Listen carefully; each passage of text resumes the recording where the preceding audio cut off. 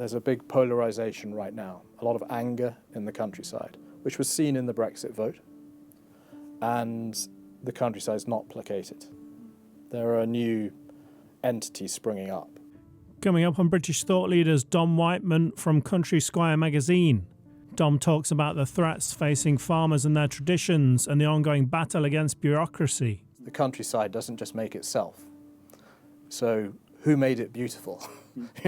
Why are you coming over here and telling us that this is a beautiful place and that we need to protect it, when that's exactly what we've been doing for generations?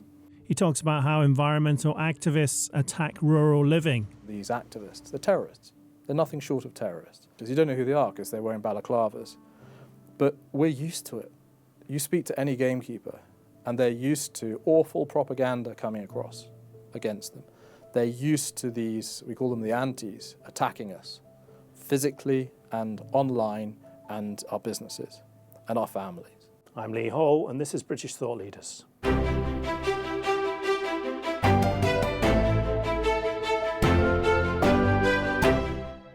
Dom Wightman, thank you for joining us on British Thought Leaders. Thank you for having me. You give us a brief introduction to Country Squire and how it differs from other countryside websites and magazines. Sure. So Country Squire Magazine we set up in 2016, just after the Brexit referendum.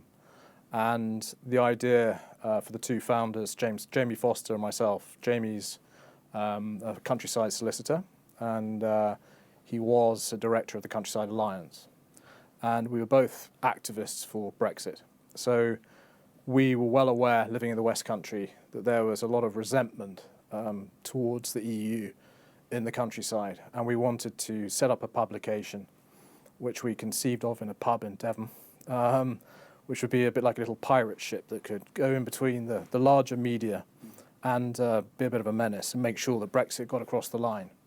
And Theresa May had just been brought in as Prime Minister, and we decided to use the magazine to ensure that Brexit got across the line, but also that the countryside had a voice, a platform on which we could speak to gamekeepers, let them speak directly to the people, and it boomed. It grew massively.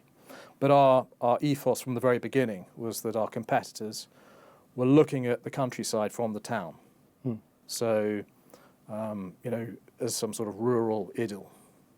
And what we decided to do from the outset was to be representative of the countryside from the countryside. So, no holes barred, tell it how it is. Do you think people in the countryside think inherently differently from people in the towns and cities?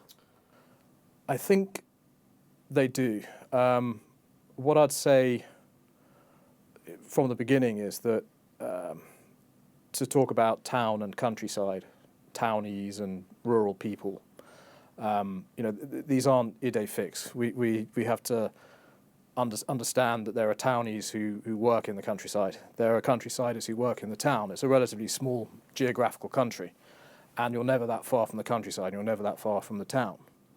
So having got that out of the way, the simplification of town and countryside is a helpful one in terms of the demarcation. I'd say that, yes, having lived in, I didn't leave West One for about a decade, having lived in London for many years and then moved down to the countryside, having grown up in the countryside, I think that the town has forgotten that outside city and urban life, you have nature, which is not peace and tranquility. Nature's brutal. It's red claw, and once you move into the countryside, you understand that. You appreciate that there is a need for predation control. You've got to cull the badgers, otherwise there's bovine TV running rampant in cattle.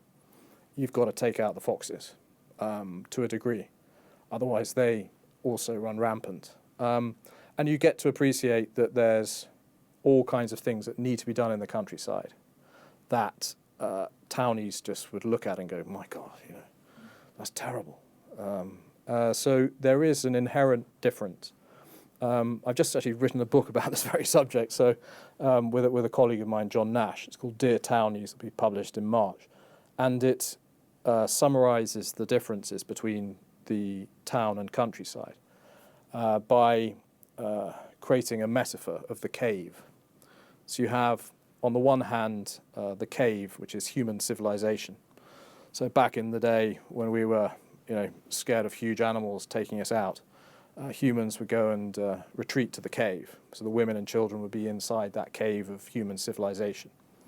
And they basically stayed there in the town.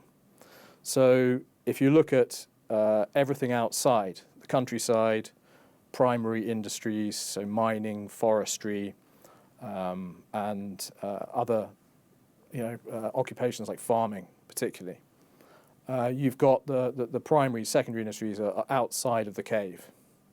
Inside of the cave, this cave of human civilization, we're going further and further inside the cave.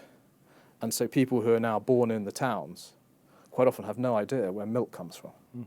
Or, can't understand it when there's a sandwich shortage, and a lot of the children are just not educated in terms of appreciating the farmers who are working their socks off to get the food on their tables.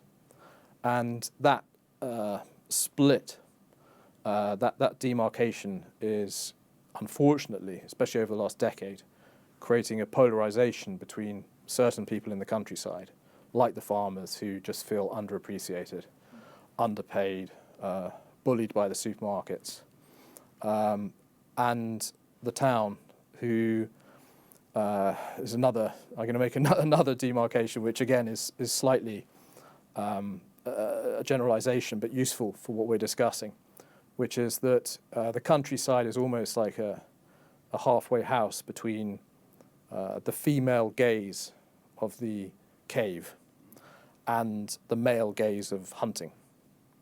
So it used to be the men would go out and hunt, the women would sort of stay at home, and obviously there are some women who work in primary industries. We're in 2023, so I can't make those generalizations as one could have done 1,000 years ago. But that's certainly important that the countryside is this kind of utilitarian halfway house between the female gaze of the cave and the male gaze of hunting. And people they've forgotten it. Generally, there's this kind of depiction that people in the countryside are a bit behind the times, technologically averse, the farmer's chugging along on his ancient tractor. Is that a realistic depiction of rural life in modern Britain? Again, my natural answer is no, because I know a lot of these farmers and they're highly technical. I mean, some of the stuff that they're dealing with is really impressive, and it's moved on massively in the last 30, 40 years. I think as soon as the word sustainability appeared, then science has had to take a greater role in farming, particularly, and in land management as well. So you have a lot of impressive DNA testing. You have quite a lot of data analytics, and the really advanced farms, who basically they operate as industries, are using GPS-driven equipment, and the technology is way ahead of where most people in the town would think it is in the countryside. And that's not necessarily because farmers are responding to edicts from the government. That's because they just want to get ahead and run a more efficient business, and because creating a sustainable business sells their products better. And actually, in the longer run, is probably more cost effective, especially on the larger scale. But on the other hand, there are still farms, particularly in poor rural areas, which haven't changed hugely in 300 years. You've got tractors, but quite often they're sharing tractors.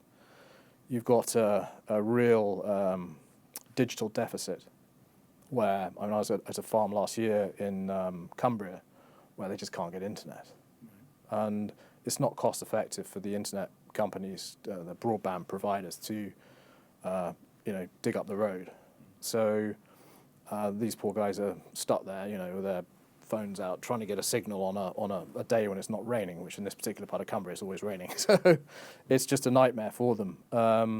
So in some respects, there are some farmers, just by the nature of farming and the fact that it's so separate from town and city where you've got all these services, that they have real problems. And particularly accessing things that people would take for granted in the town, like welfare. You see some really unpleasant cases of rural poverty, and children are particularly affected. Rural homelessness is something that needs looking at. I mean, it's much more marked than people would think. Really? I'd never hear any talk about that.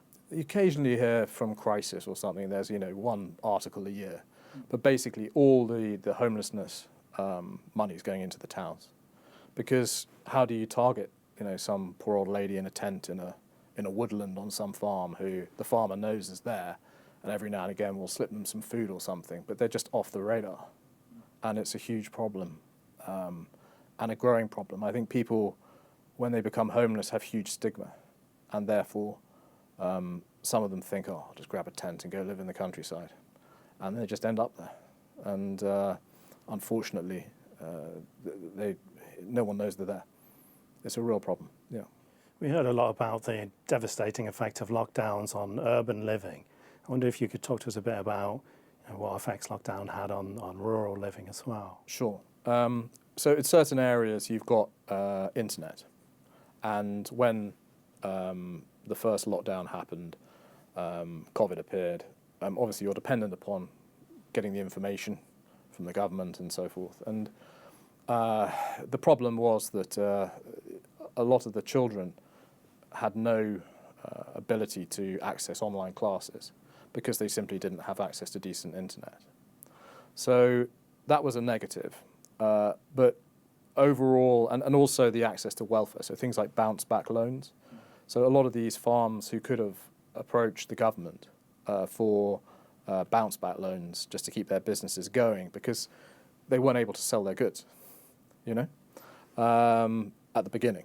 Eventually it kind of ironed itself out, but they were really restricted. Transport wasn't showing up. And so those were the negatives, the access to the bounce back loans and all that sort of stuff. But the positives were, as far as my conversations with rural folk, were far greater. Because for the first time, I remember talking to an old chap in my village, which was in the middle of nowhere, and he said, this is great, he said. This is the first time that the village has come together since the hunt was disbanded, because the hunt used to bring in all people from the village, all strata, not just the toffs and whatever, it was everybody. And when you live in the 21st century, which is high speed, and your old people congregate at church once a week, but that's there's only 10 of them. It's very difficult for them. They get very lonely, and suddenly everyone was looking out for everybody. So, and we all helped out with the lambing, with the farms, and we all helped out with the older people, and had to go and get prescriptions and that sort of stuff. And we all clubbed together to go down to Tesco's at 5 a.m, and queue up and make sure everyone had their milk, and when everything was kind of rationed. So, in some respects, you make friendships for life with the people who are only living within a mile radius, but you'd never actually met until lockdown happened. So in some respects, a lot of us look back very fondly on lockdown and COVID, which is obviously a lot of people died in the towns and so forth, which is horrific, and relatives. But the reality is that in the countryside, we were hardly affected. No one around us even got it. So, because we were so remote. Yeah. Clarkson's Farmers brought national attention to the plight of farmers. Yes. Its depiction of bureaucracy affecting what the farmers are trying to do, and also the nimbyism, is that realistic? The bureaucracy is definitely increasing. I think generally, not just in farming, in all sorts of other areas. But Clarkson's Farm is the first time really that you've had a celebrity showing how hard farming is. And the red tape is extraordinary. I'll give you an example. In Land's End, recently the Natural England created this SSSI, which is site of special scientific interest. And that means that these farmers down there, some of who I know, are having to tell the Natural England people, these bureaucrats who suddenly showed up out of nowhere with their clipboards, they're having to show them when they're moving animal feed and animals across this area. And when you speak to Natural England, you say, well, why are you turning this into this SSSI? And they say, well, because it's so beautiful. This part of England is so stunningly beautiful. And we need to protect it. And you speak to the farmers and they sort of say, well, hold on a second. We've been farming this land for hundreds and hundreds of years. The countryside doesn't just make itself. So who made it beautiful? Why are you coming over here and telling us that this is a beautiful place and that we need to protect it when that's exactly what we've been doing for generations? And that's a story that's replicated across the country. So it seems that the state is just growing and growing and growing. And it's not just farming. I know some guy who deals with scrap metal, for example. And nowadays, you need to have a license for every single director within the firm. So if you're the guy who's actually going out collecting the scrap metal, you need a license. Understandable, I suppose. But then if your wife or your father or whatever is a director in the company, they also need to pay for a license. And the problem with that is, in industries like farming, where you have very wealthy farmers, but you also have a lot who are on the breadline. When you have to start applying for all these licenses, they cost money or they cost time. And bureaucracy eats massively into their margins. And so they just go, well, I'll just give that a miss. So the larger the state gets with these characters, and they tend to be quite independent characters, some of them, they'll just say, I'm my own man, I'm not going to bother with a license. You're then creating this kind of black market in scrap metal dealing or farming or whatever it might be. But in terms of nimbyism, I see in Devon a lot of these holiday homes being built at the moment. And it's a real shame because the countryside's so beautiful. But it's understandable that there's a shortage of homes. But why build holiday homes, But I think that nimbyism is fairly ubiquitous across the country, whether it's rural or urban. So to say that the countryside is particularly guilty of nimbyism is wrong. I think people appreciate that there need to be houses built. Do you think Clarkson's Farm has gone some way to bridging the gap between the rural thinking and the urban thinking that we talked about? I think it must. I mean, I looked the other day, it was 4.3 million viewers, which is really impressive. I know quite a few people who watch it, so he's probably preaching to the converted to a degree. But the fact that someone of that ilk who talks very simply and in an amusing way about a subject that most people are bored by, frankly, most people in towns wouldn't care about, and quite a lot of people in the countryside don't have much interest in farming. It's not a glamorous business. The fact that he's gone into it and shown real people in farming, it's got to have it's got to be a useful point for the countryside to get their points across. And Clarkson's certainly someone who is kind of on the bridge, negotiating and complaining about what all the red tape that's coming through. But at the same time, there are other people too. Vinnie Jones, for example, he's massively promoting his love of shooting. And so he's the footballer. That's right, the footballer and Hollywood actor, I think he's become, yeah. So he loves shooting.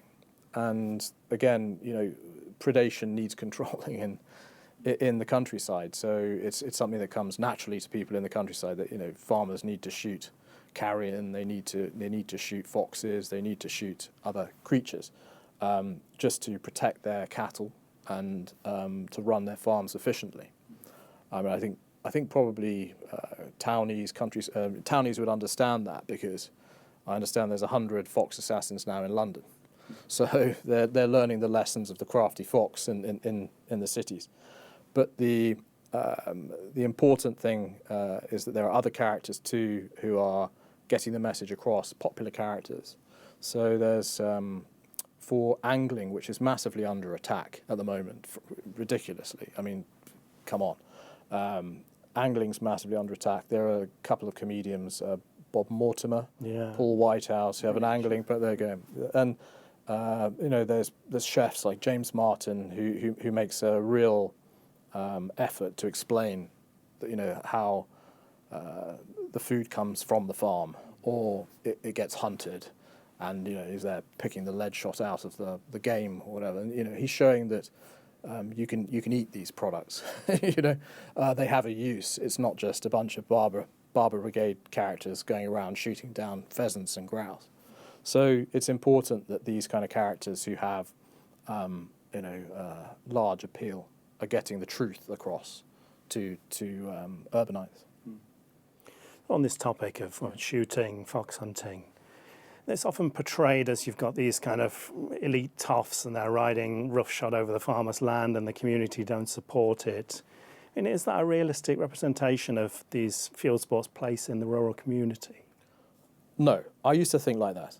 I used to think when I lived in London, Oscar Wilde's The Unspeakable Chasing the Uneatable. But when you're actually living in rural communities, you understand, you meet gamekeepers, salt of the earth, and their livelihood depends upon shoots. So if you have large expanses of land like moorland needs to be managed. And there are a lot of private moor owners in the UK. And how are they going to bring in money to manage their moorland, So they bring in people normally from outside who pay a hell of a lot of money to go shoot. And they may be toffs, But there's also local farmers who bring in some of the local guys, the publican and other characters, to go on a shoot once a year. And it's not, trying to bag as many pheasants or grouse as possible. It's giving these creatures a fair chance. So you give them, you don't sort of go over the top on matters. And it's a good day out. It raises some money for that particular farm. Or in the moorland cases, they need to raise millions. So they're charging huge amounts of money for each shoot. There are all kinds of people from the village involved in these shoots, from the gamekeepers to the land managers to the marketing people. So it creates a huge amount of jobs. And at the same time, you've got beaters and who could be someone just out of public school, or they could be someone who's been in the village for 1,000 years. So that person who's beating the shrubs to send exactly together. Yeah, to the person. So that's shooting. Hunting's slightly different because we almost sort of run out of land a bit for hunting in the UK because you need large amounts of land to hunt. Right. And the hunting community, I thought, was the lord of the manor and have a glass of port and everyone in pink, whatever. But the reality is that the people that I've met from hunting are average, normal people. They just like a ride. They're horsey people, and there are horsey people from all different, all strata in the UK. So, having a horse in the countryside is not as expensive as having it in the town, but these people still have to fork out a lot for their maintenance of their horses. But they just love riding, and nowadays hunting's banned, so you're restricted to trail hunting. So you're following a scent rather than a fox.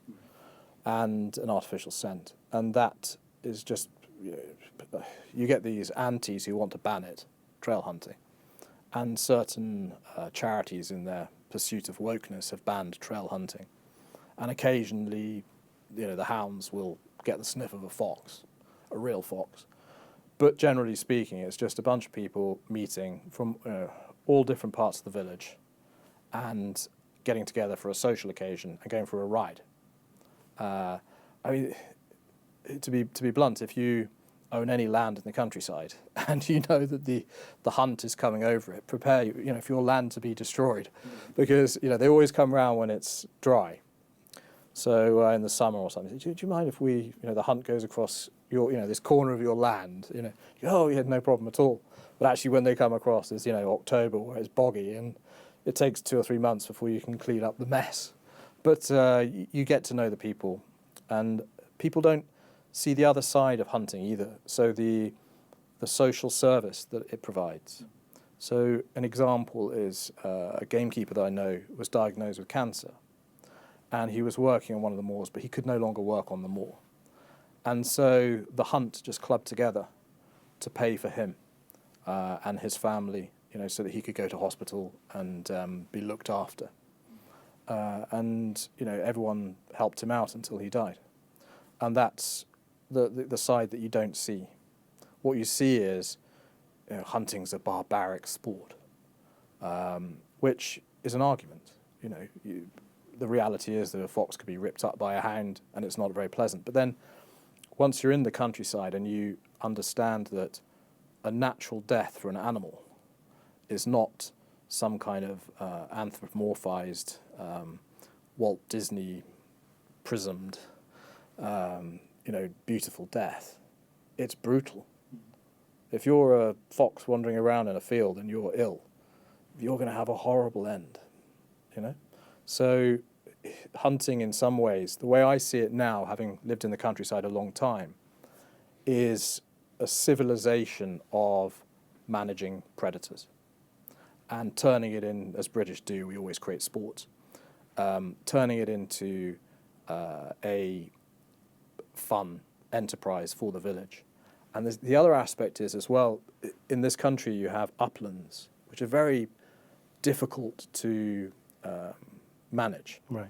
So if you're trying to get a fox, but uplands are full of sheep. If you're trying to protect that flock of sheep from foxes, then you're having to flush them out with hounds, because foxes are incredibly crafty. So when you're on this really high ground and you need to clear out the fox so that you can shoot it, you need to employ hounds. So you can see how hunting came to be.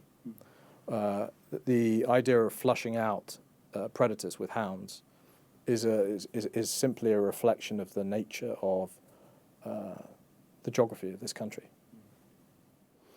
Epoch TV, where we broadcast our show, recently brought out a documentary and interviews some farmers in the Netherlands, and Yes. their livelihoods are threatened because they're having to get rid of their cattle because of these nitrogen laws that have been brought in. Yes. Are British farmers under pressure from green policies being brought in by the government? Yes. I would say this is, it's almost like on one side you have Athens and Thebes, and the other side you have Macedonia. So what I'm saying is that the environmental campaigners, certainly over the last 20 years, have had the voice of the BBC, whereas the countryside had nobody until the likes of Clarkson put his head above the parapet. So the edicts that come from government are based on polling. And so it's very easy for them to look at a poll which says that, Muurburn is an example where it's fire management on moorland, where you're taking the fuel out of the moor by controlled burning to prevent wildfires. And, groups like Wild Justice have taken DEFRA to court on this and said, we've got to stop Muurburn because it's creating it's dangerous, but it's total nonsense. It's a practice, it's wisdom, years and years of wisdom from gamekeepers and land managers to avoid huge, great fires like we're seeing in Rhodes and Hawaii and so forth. So it's important that the wisdom from the countryside and the science is heard. And the problem at the moment is that, particularly in this country where you have a ratio of 5 to 1, 5 urbanite to 1 rural, you're always a minority. But the countryside is not a protected minority. They don't have a specific vote. And there are constituencies which are partly rural and partly urbanite. There are some purely rural constituencies, but quite often those MPs are paying more attention to what the party's saying than anyone else. So right now it's a real battle to get the ear of politicians and normally the Tories are the bedfellows of the countryside. You know, these are the guaranteed votes. But over the last 13 years, the countryside suffered under the Tories, and that's the first time that you could say that after a Tory regime. And what Labour's promising doesn't look promising either. So right now, you know, what happened in Holland, you look at it and think, oh, it can't possibly happen here. And the average age of a farmer is 59. Right. So these tend to be people who aren't going to, you know, go and do something like Just Stop Oil or Animal Rising. They're not terrorists. These guys are people who will sit down and negotiate over a cup of tea. They're civilized gentlemen. And that's not helping. So I go back to my analogy of the Macedonia against Athens and Thebes, the city-states. You've got currently a lot of diverse groups, the Countryside Alliance, Basque, other countryside representatives from all the different aspects of the countryside, NFU, other groups. And they are trying to be allied against this shrill voice of environmental activism. But it's very difficult because 5 urbanites are listening to the environmental activists and don't know much about the countryside. And it's very difficult trying to explain to people that it's cruel to be kind in the countryside, that inside the cave of human civilization, it's all peace and so forth. But outside, nature's brutal. And people don't comprehend that leap. They don't understand that the wisdom of the countryside needs to be perpetuated. If it doesn't happen, then their food is threatened. And then that brings into the whole argument, food security. I mean, Holland imports lots of food, but the UK is in a position where we also import far too much food. But food security is vital at this stage, especially after what we've seen in Ukraine, you know, the breadbasket of Eastern Europe. So do we want to be self-sufficient? Or do we want to listen to these environmentalist activists? I won't call them townie activists, but the policies are thought up on townhouse desks, put it that way. And DEFRA seems to oblige them because it looks good in the polls, you know. It's a big problem. There's a big polarization right now, a lot of anger in the countryside, which was seen in the Brexit vote. And the countryside is not placated. There are new entities springing up, but as I say, they're all very gentlemanly. They're talking shops. They don't sort of follow the policies of terrorism or, you know, protest or anything like that. They're simply civilized gentlemen sitting around saying, look, you know, do we want to be, the question really is, do we want to be returning to being cavemen in loincloths, like these doomed cultists want? Just stop oil, you know, let's get rid of all cattle. Or do we want to combine the lessons we're learning from ecology and the lessons we're learning from technology and fuse them into almost a sort of techology and be positive about the future and use technology to win the arguments regards, you know, sustainability, net zero and so forth, global warming. You know, we can either be positive or we can, you know, just return to a state of Flintstone existence. And that's the argument, but we don't really hear it because it's drowned out. And unfortunately, the mainstream media is talking, you know, in these terms about climate crisis and climate emergency and, you know, we've got to get off fossil fuels and net zero and all these kinds of things. But the countryside being always pragmatic, because the countryside doesn't have time to be idealist. The countryside is realist. It has to be realist. It has to be dealing with, you know, changing weather. It has to be dealing with commodity prices. It has to be dealing with all these things all the time. Red tape. So it used to be in the past, pre-internet, that the outliers, these environmental activists with very shrill voices, would just be dismissed as kind of green inkers. But since the BBC gave them a lift and a voice. And since the internet, amplified groups which are actually tiny. So they appear large, and because they hit the headlines regularly, and everyone knows Just Stop Oil or Animal Rising. But these groups don't have more than about 30 or 40 cadre, you know? So you look at these entities, or the Hunt Sabs, very few of them, and yet they get masses of publicity, and they've managed, I take my hat off to them, to convince people that hunting is just an absolutely disgraceful blood sport, you know? The reality lies way away from all that, in harsh realities. It's I describe it as a Mers el-Kabir.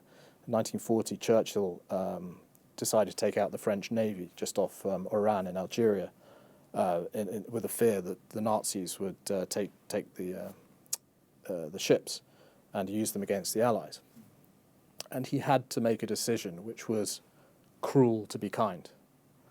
But you explain to someone in the town that today you went out and killed 30 moles, or that you went out and trapped 20 badgers. And they go, what sort of person are you, you know? And you see it, I don't hunt, I don't shoot, but I fish. And I've come across people, even, you know, on the riverbank, saying, why are you doing that to that poor fish? You know, oh, come on, it's ridiculous, you know? What are we supposed to do with these fish, you know? Absolutely ridiculous. I'm not very good at catching the fish, so it's not. I'm not causing much pain to many fish, but the reality is that, you know, people need to get real, and they need to appreciate that the food on their plate goes through a process.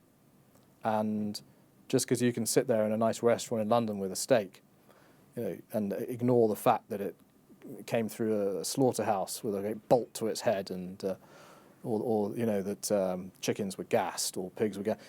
You know, all that sort of stuff needs to be taught to the towns. They just become completely and utterly separated from it. And I know it. I used to live in London. I know how it is. You don't. It's irrelevant. You know?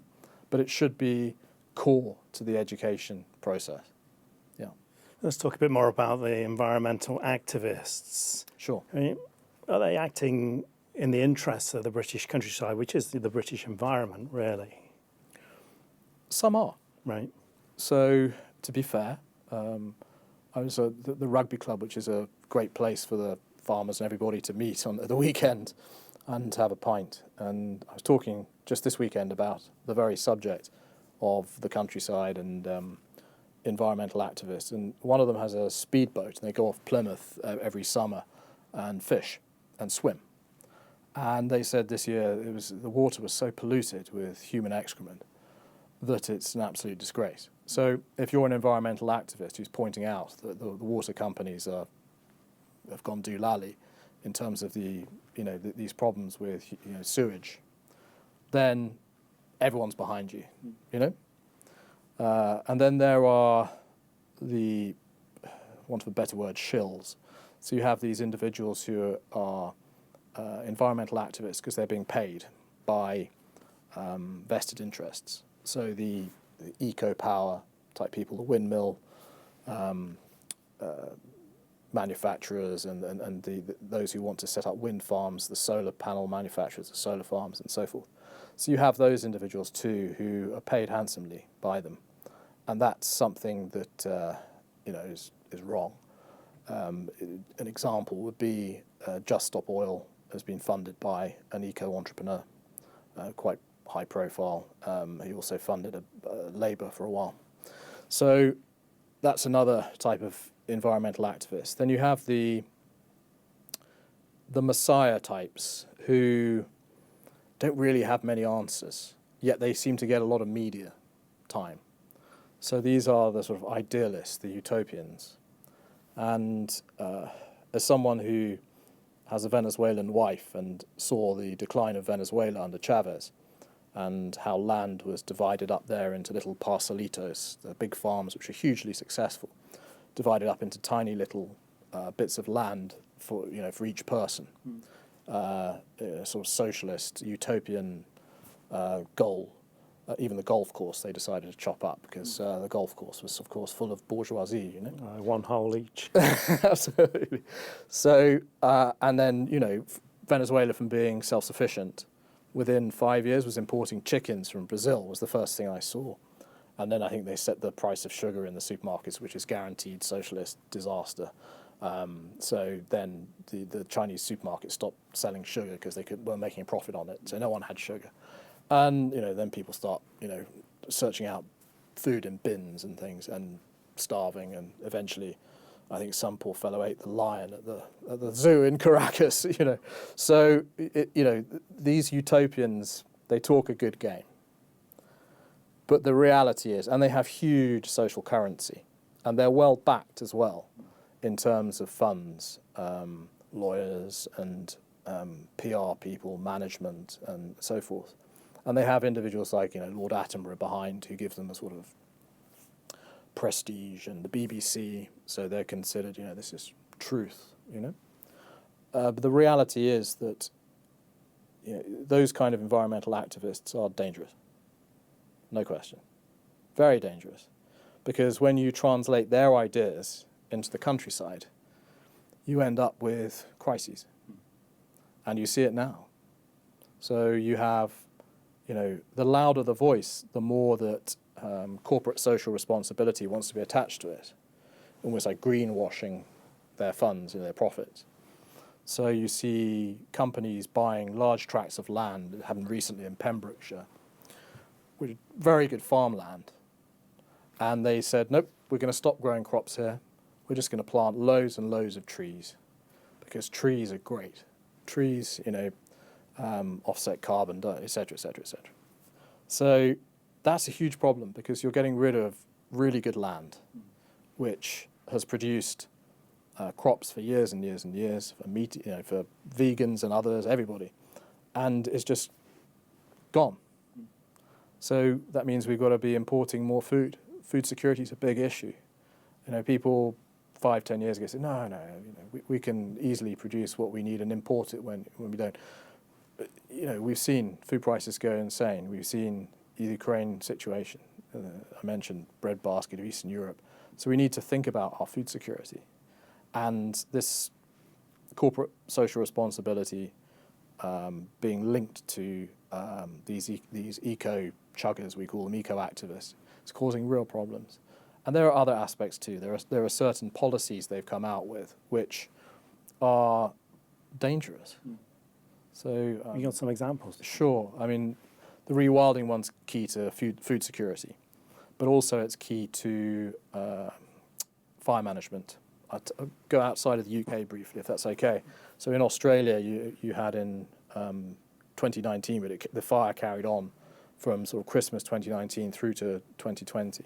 So this is called the Black Summer in Australia, and it cost billions and billions of Australian dollars. 34 people died, and innumerable animals were killed, some to extinction. And it used to be that the Aboriginal way of dealing with land was controlled fire management. We call over here muir burn, cool burning. So you burn off just the scrub on top of the land. And I've seen this in Venezuela, I've seen it in other countries too. So that when you have a wildfire, which you're going to get with global warming more and more often, you have breaks for the fire. Now, we're getting, at the moment, because mostly the moorland groups are the ones who are the experts in muir burn in this country, we're getting these activists saying, well, you know, muir burn's wrong. We shouldn't be creating these fires, you know. But in Australia, the same thing happened. So you had all the green groups saying, no, we must stop these fires. We must stop polluting the environment with these fires, these cool burns. And look what happened. So if you don't deal with the fuel load in these areas, or you rewild them with forests, you're setting a bonfire for the future, which will kill people, which will kill animals, and it's so short-sighted. And I often say to people, you know, you're going to invest, I don't know, 10 million in this land in Pembrokeshire, wherever it might be. Why don't you put that 10 million into thousands and thousands of hectares in Brazil? Or, you know, you can go buy for £500,000, you can go and buy a 16,000 hectare farm in Namibia. So why don't you go and buy something like that? You know, and do something in a larger scale than this kind of token greenwashing you're attempting in the UK.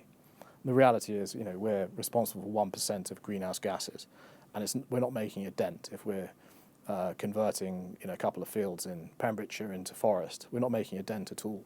If you want to make a dent, then negotiate with the Chinese, negotiate with the Indians, go and, you know, restore some of the Amazon forest, or work in some of these African countries where you can buy land and, you know, restore mining areas and so forth. But they don't think like that because it doesn't get them the virtue signal for their buck in the UK. What do you think is the end goal for these people? I honestly don't know. I think that my honest answer is probably not very politically correct, which is that in wartime, you never hear from environmentalists. You just, you know, you don't hear from them at all. You know, you don't hear from the Animal Rights Brigade. And I make the distinction between animal rights and animal welfare. Animal rights is a religion, you know, where a rat is a dog, is a sheep, is a horse, is a human. And if you see all those drowning before you, it doesn't matter which one you save. They're all equal value to me, which is just bonkers. You know, animal welfare is different. We all love animals, and looking after animals is a noble thing. But my sort of attitude is that historically we've had quite regular wars, and these people tend to lose their popularity when the war comes around. And maybe we are headed for another war, I don't know. But if we are, then I would have thought that they won't take up many column inches in the papers. So they don't have a goal, not a real goal. The science is subjective. Their science is subjective. Their peer papers are funded by groups like PETA and HSUS. It's just this ongoing churn of funds. And it's so easy for someone to find a picture of a dog that's suffering and stick it on Facebook and put a crowdfunder next to it and say, please send us 10 quid or something. You know, it's a totally unregulated space. And here I am saying that there's too much red tape in the countryside. I'm saying regulate that, you know, regulate the eco-chugging, because it's ridiculous. It's quite ridiculous. You don't know how much is going on admin. You don't know how much these charities have in their bank accounts. You have to really dig down and research. And when you see what's there, it's just wrong, you know? Some are great. Some are fine. I'm generalizing. But I'm yet to find the end goal of these eco-zealots. I'm yet to find it. If you follow their philosophy through to the end, it's either creating an elite and getting rid of everyone else, which sounds conspiratorial, and not realistic, or it's just becoming cavemen again. But who wants to do that? You know? I go up and stand on the moors in North Yorkshire where I go walk the dogs, you know, for more than 10 minutes in a loincloth, and you'll be fed up, you know? And if you perpetuate their logic, that's where you end up. So they haven't thought it through, or they're just into the tin rattling at the moment and making a nice living off it. I really don't know. Yeah.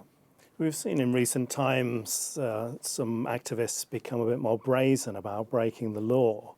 In one of our national channels even had a programme that said, is it time to break the law in the name of environmentalism? People in the countryside, such as, say, gamekeepers, farmers who look after animals, etc., do you think they should be concerned that these activists are kind of more willing to break the law these days? Well, oddly enough, in the countryside, and I include myself in this, we're quite used to being terrorised. So if you're on a shoot, don't be surprised if a bunch of balaclava-clad individuals come and try and interrupt the shoot. Really? And are violent. Yeah. Or if you go hunting, you're used to hunt sabs being there and, you know, puncturing your tyres, shouting abuse at you or your children. Yeah. Our magazine was involved recently in some litigation, which I won't talk about, but that litigation involved one of the most prominent activists, and I suddenly had huge amounts of abuse from these individuals because they run an online campaign as well as an offline campaign. So any businesses you're associated with, everyone will hear about how terrible you are as an individual. They'll smear you as left, right, and centre in pretty unimaginative ways.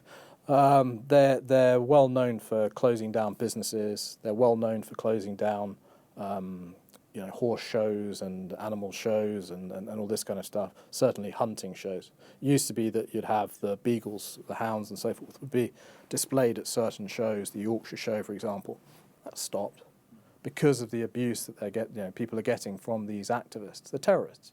They're nothing short of terrorists. I had a sheep's head thrown over the garden wall. Really? Yeah, all kinds of things. And this is how these guys operate. And they've taken it's basically they've taken the IRA model. I mean, you're not far away from Huntingdon Life Sciences and the bombings and so forth. There is actually a group at the security service called LACET, which focuses purely on these individuals who are incredibly dangerous, and they value animal life higher than human life. And there's the tag-along characters. You don't know who they are because they're wearing balaclavas. But we're used to it. You speak to any gamekeeper, and they're used to awful propaganda coming across against them. They're used to these, we call them the antis, attacking us physically and online and our businesses and our families. I mean, smearing our 13-year-old daughter all over the internet, all this sort of stuff. We're used to it. The farmers are used to the abuse. We have individuals in this country, he's relatively harmless and he's an outlier. He's kind of a clickbait magnet. But someone like George Monbiot, who says that farmers are enemy number one. So you're a farmer and you're slogging away. Animals, cattle don't take weekends, so you're working every day. And you get back into your house and you turn on the television and there's George Monbiot saying that farmers are public enemy number one. And you think to yourself, this guy is going to go off for a cafe latte or whatever, that milk was the milk that my cows produced, You think, where do these people come from? So the farmers are used to just this lack of respect and lack of gratitude for the work that they're doing. And most of them aren't wealthy. They're struggling and they're being bullied by the supermarkets so that townies and rural people can eat cheaply, yeah? So we're used to the abuse. It's a very sad situation, and we just take it. The reality is the countryside is incredibly powerful if it wanted to be. But we're just a bit too sort of supine and gentlemanly to act like our opponents, who are the outliers, the extremists. So if we wanted to, we just jump in all our tractors and head up the M25 and close down one of the big food depots, London would be out of sandwiches within 8 hours. But that's not how we think. We love our country. We love, we're compatriots with townies. I used to live in the town. Farmers are not terrorists. We're not like that, and I don't think ever would be. So it would be really helpful if the government just listened and understood the angst that's out there, because there's a lot at the moment. Yeah. Do you think the media gives disproportionate representation to people with extreme views on these kind of rural issues? Yes, no question. As I say, these people in the past would be the green inkers. I used to work for an MP, and he'd have this box called Ley-Landi disputes. And any crazy stuff that came through the post, he'd just stick it into this Ley-Landi dispute box. It's not something that the MP should be looking at. It was to be dealt with at another level. And that's how a lot of these people who don't have answers should be treated. So you need to cut out the extremists. There are some on our side too. Country Squire sometimes has quite a loud voice in these matters because we're a platform and we promote certain characters who say it how it is, But yeah, unquestionably, the extremists right now have a very loud voice and a very impressive organization, and they drown out everything, and they use social media very cleverly. And it's very simple when you have a 5-to-1 ratio, of townie to countrysider, to keep winning. So as I say, it's Athens and Thebes against Macedonia. It's a very difficult situation at the moment, and it doesn't help that the countryside is disparate. There are disparate groups. There needs to be more unity, and there needs to be people reaching out to those in the middle, the sensible people talking about rewilding. Rewilding is not a bad idea in certain aspects. There's lots of areas that could be rewilded that everyone would agree with would be great, and bring in ecotourism and so forth. There's definitely a halfway house. The problem is, to get to that point, we need to throw the extremists off the bridge. And at this stage, with the BBC as it is, we just don't have a voice. There's a TV channel called Field Sports TV, which represents the views of shooters and the shooting community and the hunting community and some of the anglers. But it's a tiny channel. And then we have Countryfile, which, as I said at the beginning, is part of the media that looks at the countryside from the town. So there's a real shortage of countryside representation in the media right now. And the reality is that townies aren't interested. And a lot of rural people aren't interested in the farming and the shooting and the hunting and so forth. They have other interests nowadays. Kids are always on their iPads or whatever. So it's something that is a big problem. And the only solution that I possibly came out with in talking to people and listening to people is what I call CVCP, which is countryside votes for countryside people. It's just as evil worked, so there's English votes for the English laws. We now got rid of it, but at the time it was MPs in England voting for English laws for English people. There should be a coefficient put into a constituency to vote on rural laws for rural people. And then, the voices of the countryside would be heard. Because right now, it's a desperate situation. I mean, there's a group called Free Church of Country Sports. They're turning themselves into a religion just to become a protected minority, under the Human Rights Act and so forth. Has it come to that? It's a very depressing situation at the moment. And you just have these loud voices who, there was one of these eco presenters walking through a woods on a program I saw the other day, and they said, 1,000 years ago there would have been wolves everywhere. Won't it be great when the wolves return? And I sat there sort of, my cup of tea thinking, well, that's a very nice thought, but you wouldn't be walking through those woods if there were wolves back there, There's very sort of short distance thinking. They haven't thought this through, Illogical. Yeah, and you look at the damage that wolves are doing throughout Europe where they've been reintroduced, and you look at these, human attacks. There's a great chart in France, these human attacks of wolves. You think, gracious, and everyone saying bring back the lynx. Farmers have got enough problems. They don't need to be dealing with that. I mean, the government's not going to pay to protect your flocks of sheep from lynx attacks. They've got the red tape, they've got everything else, they've got the supermarkets, they've got the ungrateful townies saying, we should all go vegan. And then, now you've got to protect, your flock from lynx and from wolves.